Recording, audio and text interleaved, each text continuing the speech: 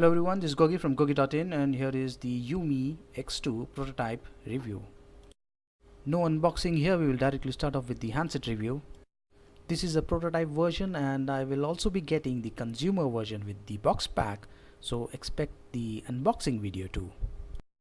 Let's have a look at this handset.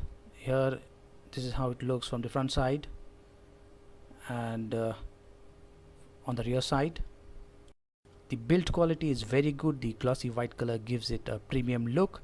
Here are the 3 touch sensitive buttons on the top, the in-call speaker, the front camera and the sensors. It is about 9.9 mm thick.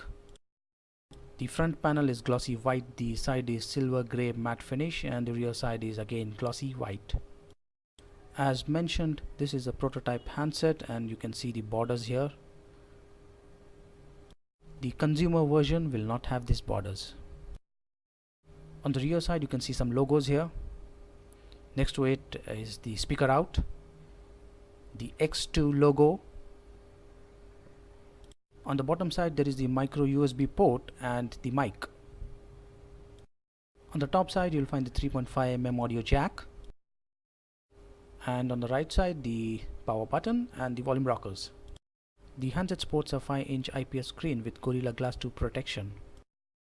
The front camera is of 2 megapixel resolution and the rear camera is of 13 megapixel resolution with LED flash. This is the casing that will be used on the finalized version, and as you can see it's clearly mentioned 13 MP autofocus with full HD. Let's open up the battery compartment. Here you can see the battery. The battery is of 2520 mAh capacity. Now let's power on the device. This handset runs on the Jelly Bean 4.2 OS. What you see is the Android logo and the phone has now started. This is the home screen and here are the pre-installed apps. You can see the Racing Thunder 2 HD game. I'm not sure if you will find all of these apps in the consumer version. This is a quad-core handset and the performance looks pretty smooth. The touch is smooth, very smooth and responsive. The screen clarity is very good because of the full HD resolution. As you can see, I'm trying to zoom in and you can clearly see the smallest font. The model number X2 and the Android version Jelly Bean 4.2.1. There is no LED notification on this handset. You can use the single finger to drag down to view the notifications or use both the fingers to get additional options. You can use the multi-touch feature or use this button here.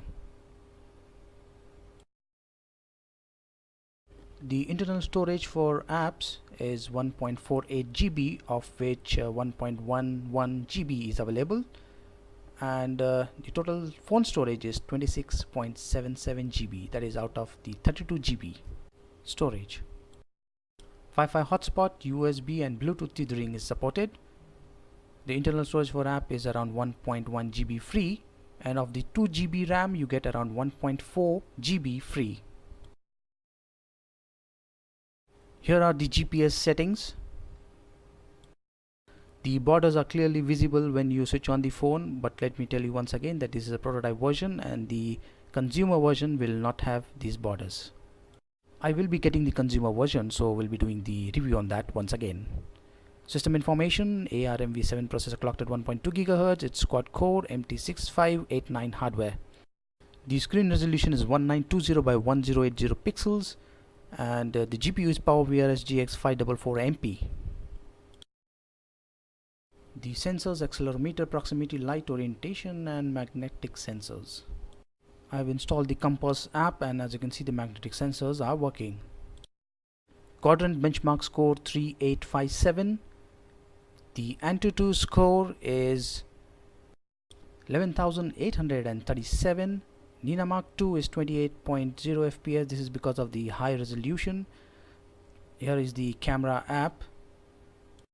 In settings there is 0 shutter delay, and as you can see here the picture size is 6 megapixel. The preview size is full screen. If you change it to 4:3 ratio, you can change the picture size to max 12 megapixel. In the consumer version, you will get the option of 13 megapixel. In video setting, you can set the video quality to fine to be able to record in 1080p resolution. I've started the recording and I'm going to play this file in MX Player. I'm going to Tools, Properties, and we'll check out the resolution. It's 1080p at 30 frames per second. There is a pre-installed game and I'm going to test that out, and as you can see, it's working very smooth. A classy looking handset with Full HD resolution, Gorilla Glass 2 protection, running on the Jelly Bean 4.2 OS with 2GB RAM and 32GB internal storage. All this for Rs 14,000. Check out the sample images and videos on my website, kogi.in.